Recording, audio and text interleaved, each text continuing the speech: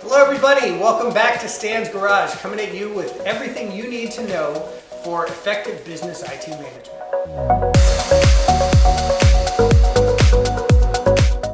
Today, we have a new installment of Another Week, Another Hack, and I'll be discussing how GoDaddy had part of their web hosting service breached, with over 1 million clients seeing sensitive data exposed. So if you use GoDaddy's hosting services, I'd say you probably should change your password if you haven't already. And while you're at it, make sure that password's not being used anywhere else because it's likely for sale on the dark web as you're watching this. So, what do we know so far? Unknown hackers gained access to GoDaddy's password provisioning system for their managed WordPress sites. And apparently about 1.2 million of their clients were affected. GoDaddy customers with multiple managed WordPress sites in their accounts are not included in that number, potentially leaving far more sites than the 1.2 million affected. GoDaddy, they had to file this with the Securities Exchange Commission, SEC, because they're a public company.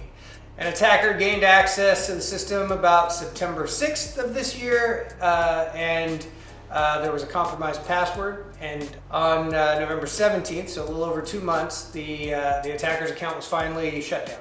So a couple good months plus to do whatever they felt like. That's pretty rough. So if you're currently using GoDaddy's managed WordPress service, you should assume that your site has been hacked because that's quite a bit of time. 1.2 million sites is a lot, but they got a list of all those passwords and the foothold was firmly established. So the SFTP, it's a means of secure file transfer that many use to upload the files to their website, had credentials that were either stored in plain text or could be reversed into plain text. Not exactly best industry security practices. So, as a result, an attacker could bypass the need to crack a password and gain access to those credentials directly.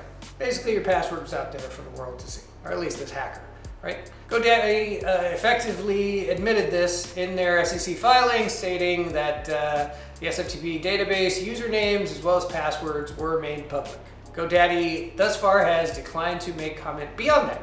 So then, what was this hacker able to access? Well, email addresses and customer numbers were accessible to the attacker, as well as a WordPress admin password that was set at the time of provisioning, according again to those SEC filings. There is one item, however, that stands out among the others, that the SFTP and database usernames and passwords of active customers were accessible to the attacker from the start date September 6th of 2021 to November 17th of 2021. Passwords were stored in plain text rather than using hashed or public key authentication, which are both industry best practices. GoDaddy didn't follow those guidelines. And this has now been verified by a couple of independent sources, so this is real.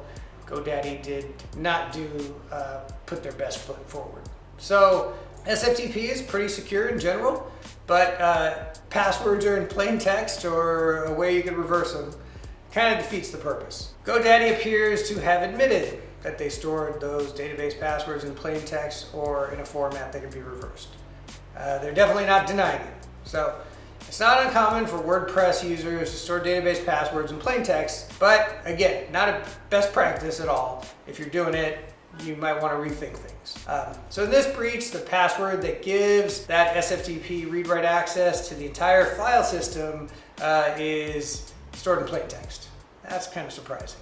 So, what can a hacker do with this data? Well, a phishing risk from the exposed email addresses and customer numbers is minor in comparison to the risk posed by exposed SFTP and database passwords, highlighted again in that SEC filing. A month and a half after GoDaddy reset the SFTP and database passwords of all the impacted sites, the attacker still could have had access and could have taken over these sites by uploading malware or creating a malicious administrative user. As a result of that, the hacker would be able to maintain their hold on the sites even after you change those passwords. It's also possible that database access gave the attacker full control over some personally identifiable data on the databases of the impacted sites, allowing that hacker to extract the contents of all those impacted databases entirely.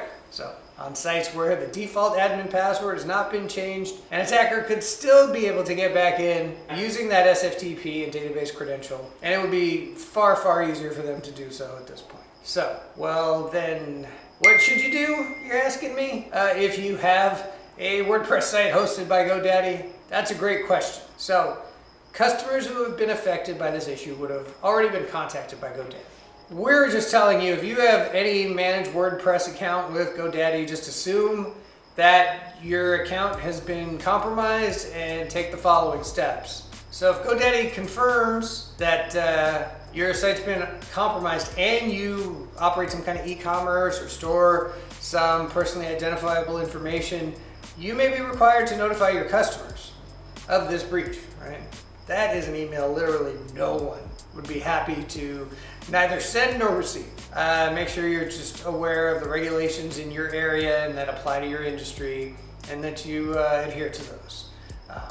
Your WordPress password should be changed, and if you store customer passwords, you better change those as well. Because it's possible that attacker could crack those passwords and use them across any number of databases where those passwords are used, right? So change any passwords that have been reused as well, right? So if you're using the same password elsewhere, change them, and you should tell your clients they ought to do the same. So yeah, this means the attacker could use these credentials across any number of sites, and if the credentials are the same, they're gonna get in, right? So like if you're using your same password on Gmail that you use for your WordPress, well, guess what? They could get into your Gmail.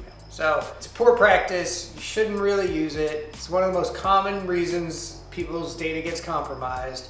You really should change all those passwords and then stop reusing those passwords everywhere. Please, people. It hurts my soul when I see that. So whenever possible, use two-factor authentication. Could prevent something like this from impacting you as well. And there's a WordFence plugin for WordPress that you should be able to implement to use two-factor authentication. Do a dark web scan of your stuff. Look for any administrative accounts in your WordPress that you weren't expecting to be there.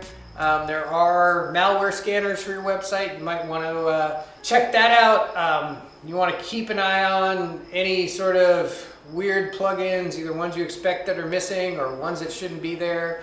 You be careful of those. Now, the attacker has gotten your email address from this. They might still use that to pursue a phishing attack, and as well as the phone numbers there. There could be any number of ongoing ramifications, right?